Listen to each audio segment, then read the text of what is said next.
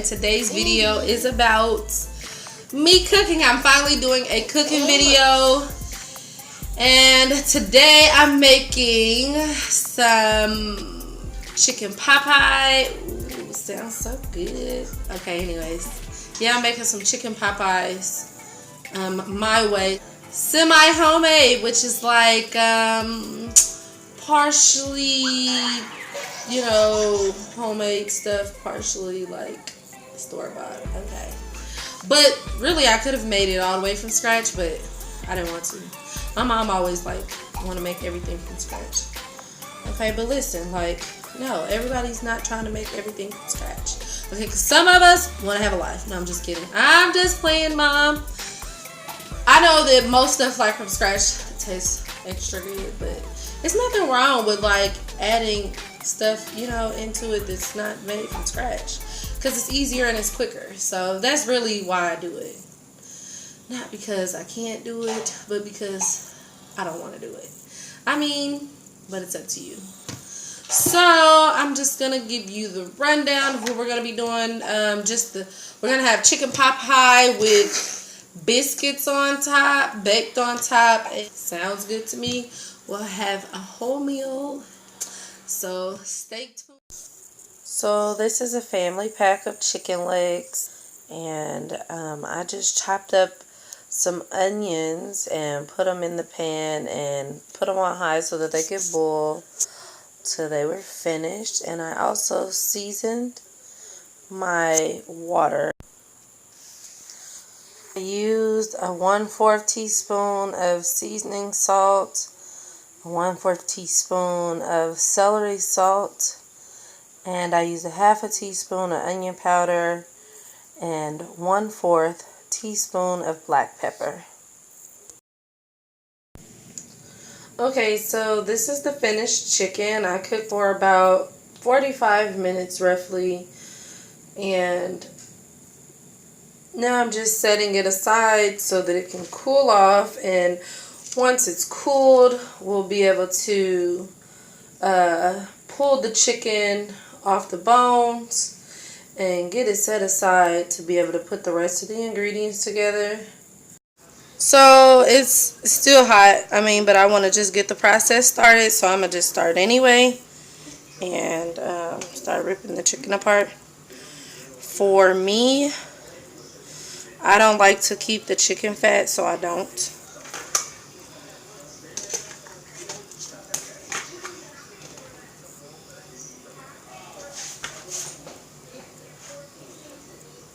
All I want is the chicken itself.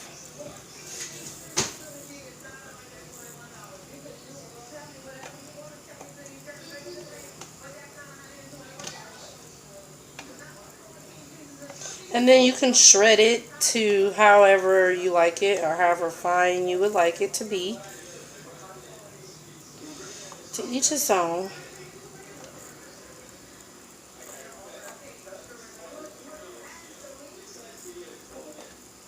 And then I try not to get stuff like this gristle, because I don't like gristle and fat in mine. I don't know, it's just weird when I eat it. Mom, I see my... Mommy, this is actually... I see my water. No, I haven't seen your water. This is actually the same process that I use when I'm also making my... Mom, Yes? Mom. What, baby? This is also the same process I use when I'm making my homemade chicken and noodles, which is actually made in a similar fashion. See my yes? I'll be doing those too, since we are. My suckers. We don't want to waste anything. We don't want to waste anything. Whew, it's hot. And then like these little onion bits don't hurt going in. Obviously, we're not going to get all the little onion bits. I have a dog I feed all of my scraps to. Whoop.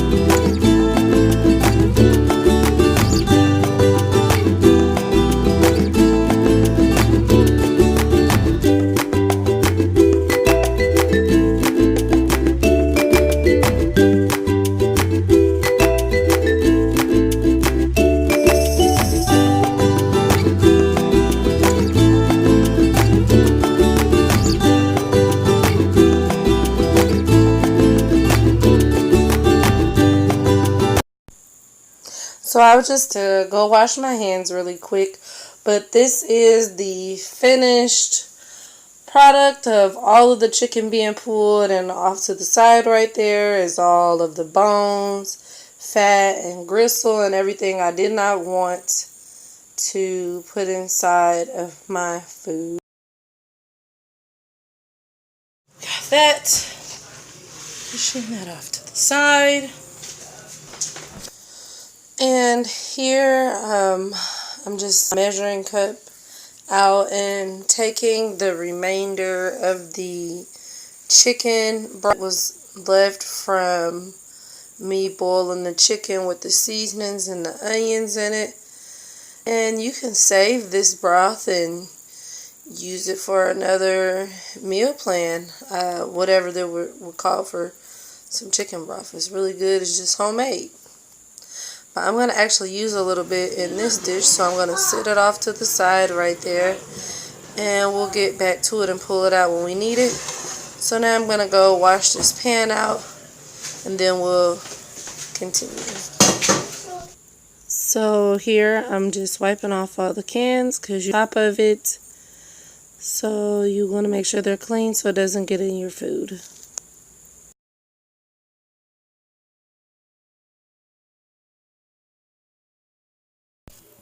These are the ingredients you're going to need: mixed vegetables and cream of chicken soup for the next step.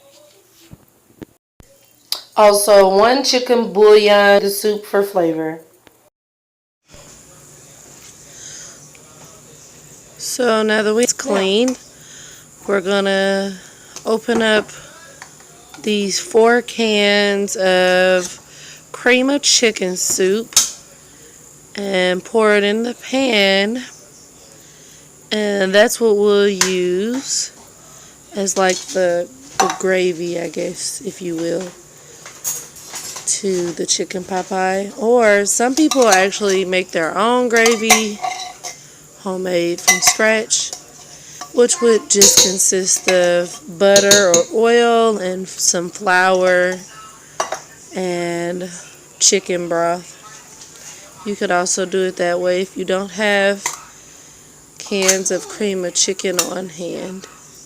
Or like that chicken broth that I made earlier, I could have used to make the same thing. But for me, this is just the easy way to do things. And I think a lot of people would rather do things the easier way, wouldn't we all? So this is just my way.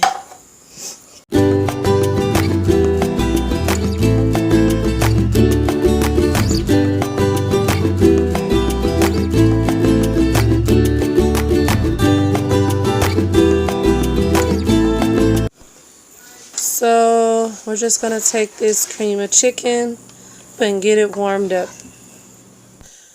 So now it's bubbly, and I'm just going to add a 1/2 cup of that chicken broth that was left over from the chicken that we boiled earlier, because I didn't want it to be too thick. So this chicken broth will actually loosen it up, and it'll also add a lot of great flavor because we put seasonings in the water to begin with, so it's going to taste really delicious. At this point, I had also added in the chicken bouillon cube, but it's optional. I would taste it before I add it in there, depending on the salt intensity you like. But I do like mine's a little saltier, so I added that for extra flavor. But it's up to you. I did not add the vegetables, which I should have, which made them end up more crunchy at the end, which didn't really bother me. But next time, I add the vegetables in this step so that I can cook them a little bit.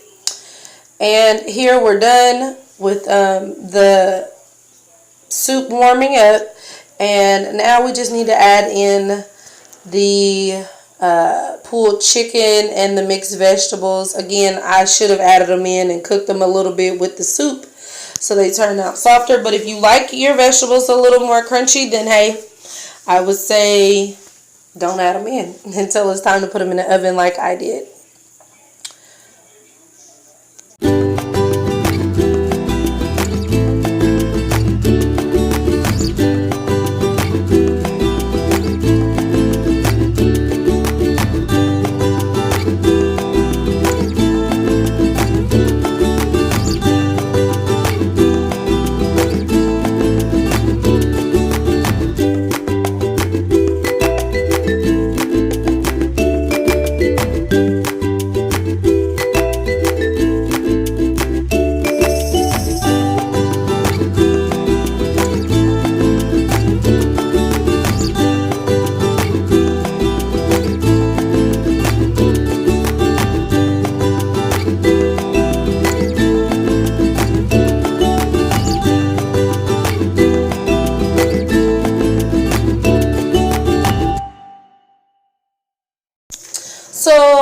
that's what it looks like with the chicken and vegetables in. We're going to set that off to the side. And we're going to just get our baking dish. You can use a glass Pyrex pan or any regular pan like this for baking. This is a can of biscuits we're going to be using. So let's go ahead and get this poured into the pan. Looks good too. Smells good. Try to make sure once you get it in the pan that you get it good and smoothed out. So when you put the biscuits on there, it lays pretty evenly, and also so that when it's baking, it bakes as even as possible as well.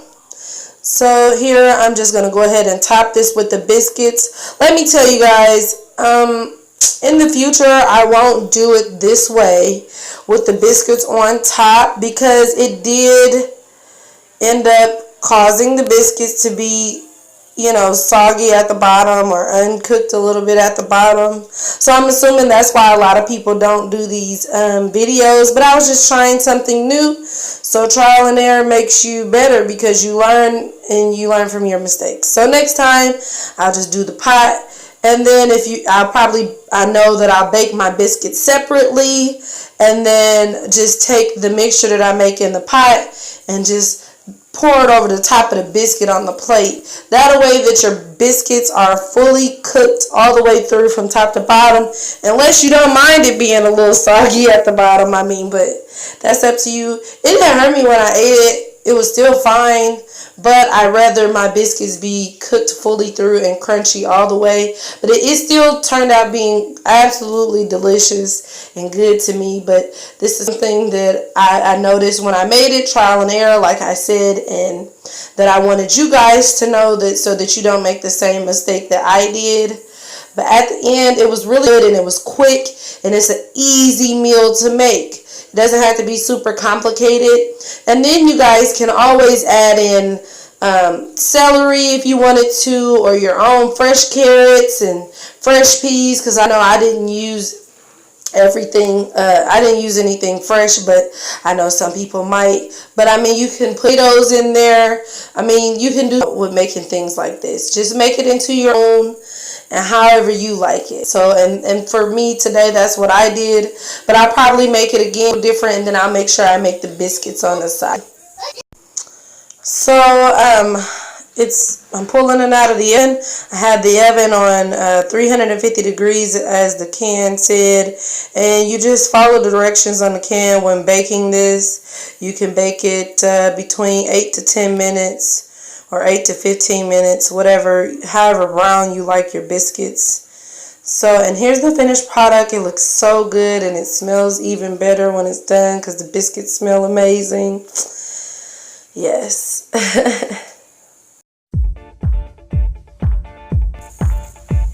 Oh, look at that. It looks so yummy. It looks so yummy and hot and steamy. It smells so good. Full of chicken, plenty of chicken. So, you know, if you wanted to, you could use less chicken if you wanted, but I don't know why you would. I do appreciate you guys for watching. Please like, comment down below, and subscribe, and hit that bell so that you'll be with the post notifications. I do thank everyone for their support, and I really hope you guys enjoyed the video. And let me know if you want to see more cooking videos, or if you want me to try something that you saw, because I'm willing to try new things. Thank you guys.